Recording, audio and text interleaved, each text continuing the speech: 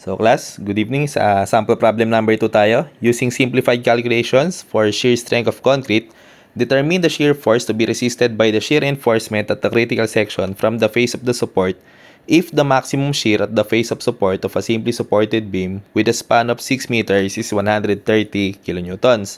So medyo mahaba, baka malito na naman. Pero ang sinabi lang naman dyan, yung length ng beam natin dito ay 6 meters. So yung length ng beam natin dito, 6 meters. Hindi na ibinigay yung loadings, ibinigay na agad sa atin yung maximum shear. So ang pinapadesign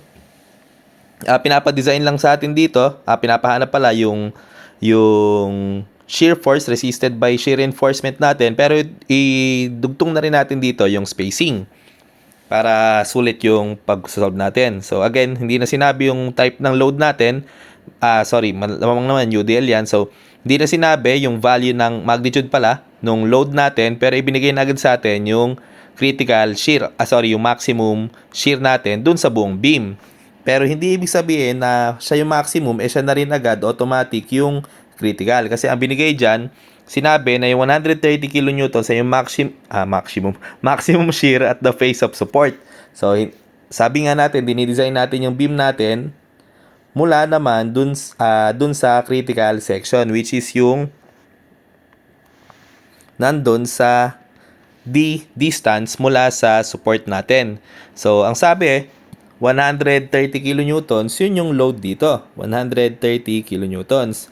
Pero hindi ibig sabihin na siya rin yung ultimate load natin dito sa critical section. So, ano ba yung critical section na to? Ang distance ito ng critical section natin ay distance D. So, distance D natin, computing natin using similar triangles. Binigay sa ating beam dimension is 230 by 450. So, total depth ito, kailangan na natin kuhanin yung effective. So, effective depth natin, D equals 450 minus 80 equals 370 millimeters. So, yung D natin is 370 millimeters or 0.37 meter. So, gawin lang natin triangle.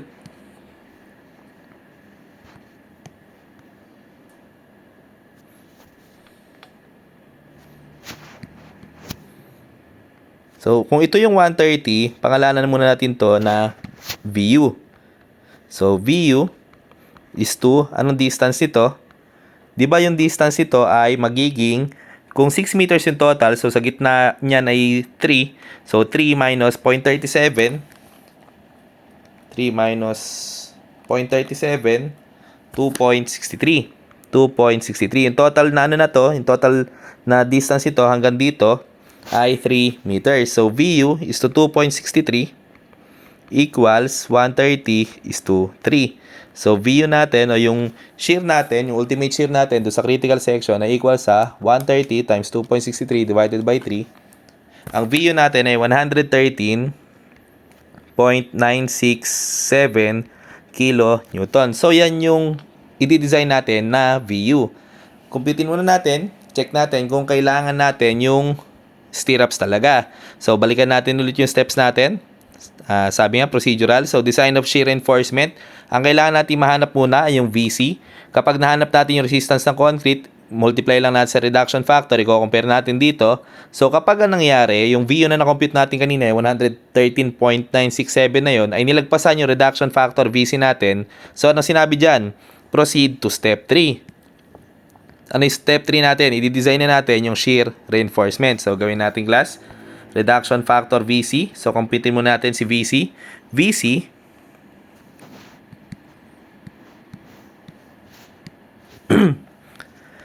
VC equals 0.17 kasi simplified calculation lang. Lambda square root ng F prime C BW multiplied by D. So, VC natin ay equal sa 0.17 times walang binanggit ulit. So, 1.0 lambda. 1.0 times square root ng 23 kasi 23 yung F prime C natin times BWD. So, 230 multiplied by effective depth 370. So, lahat yan naka-millimeters class kasi megapascal yung 23 natin dyan. So, magiging 69,381.295 newtons. So, para i-convert lang natin, VC equals 69.381 3, gawin na natin 3 kilonewtons. So, yan yung VC natin. So, i-compare natin, kuhanin lang natin reduction factor VC. Reduction factor VC is equal to 0.75 multiplied by 69.3813 equals 0.75 times 69.3813 52.036 kilonewtons. So, makikita natin na yung VU natin, yung VU ay greater than reduction factor VC. So, balikan natin step natin. Ano sinabi? Kapag nangyari na nilagpasan nung VU natin, yung reduction factor VC, ibig sabihin, hindi na kailangan, hindi na pala kaya nung concrete natin yung shear natin. So, kailangan na niyang humingi ng tulong dun sa bakal. Tandaan na ang main na nagre-resist ng shear talaga is yung concrete. So, kapag hindi na kaya ng concrete, kailangan nating humingi ng tulong dun sa bakal. So, ang nangyari nga, mas mataas yung shear force natin mula sa actual. So, compared dun sa capacity ng concrete natin, so, kailangan nating tulong mula sa bakal. So, proceed tayo sa step 3. So, ano si step 3? Solve for VS. Again, nasa code dito. Pakibalikan mo na lang kung nalilimutan ito. So, yung VU natin ay equal sa reduction factor VC plus VS. So, class, medyo common sense lang naman ito, di ba? So, yung VU natin, yung VU, ito yung galing sa actual. Reduction factor VC, ito yung compute natin kanina na 52.036. So, syempre, kung ano yung sosobra, yun lang yung i-resist nung VS natin. So, doon lang natin i-design. So, basically, ang gagawin lang natin, yung na-compute nating actual, ile-less natin capacity ng concrete, tapos compute natin yung VS. So, ganun lang yung ginagawa talaga dito. So, huwag malito. VU natin ay equal sa reduction factor multiplied by VC plus VS. So, ano ba yung VU natin? 113.967 kilonewtons equals 0.75. So, yung VC natin is 69.3813 plus VS. So, masasolve natin si VS ay equal sa 113.967 equals 0.75, 69.3813 plus VS. Si VS natin ay 82.5747. So, meron na tayo na solve talaga sa hinahanap. Kasi ang sinasabi lang naman dito, determine the shear force to be resisted by shear reinforcement at the critical section. Ito, yan lang yung hinahanap talaga. Pero idugtong na natin class yung spacing. Idagdag na natin dito sa problem. So, ano yung sinabi dito? Kapag nahanap na natin si VS, tulad dito, nahanap na natin si VS, solve for VS. So, pag nahanap na natin si VS, kuhanin lang natin yung spacing based sa actual condition. Then, i-compare natin ito dun sa maximum. So, yan natin muna. Isa-isahin natin. Kuhanin muna natin si VS natin. So, ito yung formula ng VS natin. Dinala ko na dito. So, si VS natin is 82.5747 times 1,000 lang natin times 1,000 multiplied by yung S natin para maging Newton yan multiplied by S. So, hinahanap pa lang natin equals yung AV natin. So, walang binanggit dito. I-assume na lang muna natin na 10 mm yung diameter ng bars natin. So, pi over 4.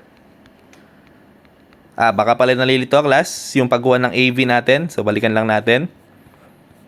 Ito, yung AV natin ay yung, since bilog lang naman yung cross-sectional area multiplied by number of legs. So, ang pinaka-basic na number of legs is 2. So, siya rin yung minimum. Kapag hindi binanggit sa problem, kung ilan yung number of legs, kadalasan kasi ito talaga yung nangyayari. So, kapag hindi binanggit sa problem, kung ilan yung number of legs, i-assume natin lagi na 2 yung number of legs since siya yung minimum natin. So, pi over 4, i-ano natin yung bar diameter natin as 10 mm kasi kadalasan is 10 talaga, multiplied by 2-legged na stirrups, multiplied by FYT natin. So, binigay yung FYT natin is 275. 275. Tapos, effective depth natin is 0.37. So, 370 millimeters. So, compute natin spacing equals pi over 4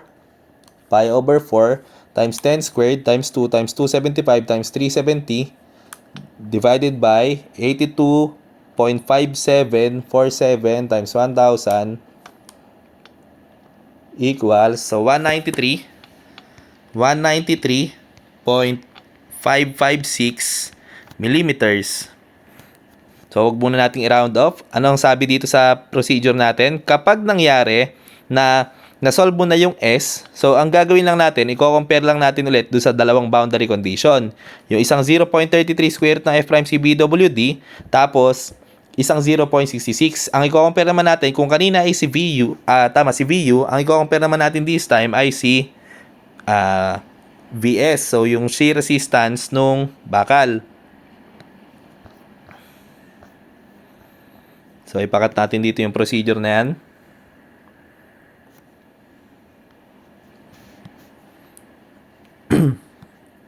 Ang sabi, computein muna natin yung 0.33 square root ng F prime C.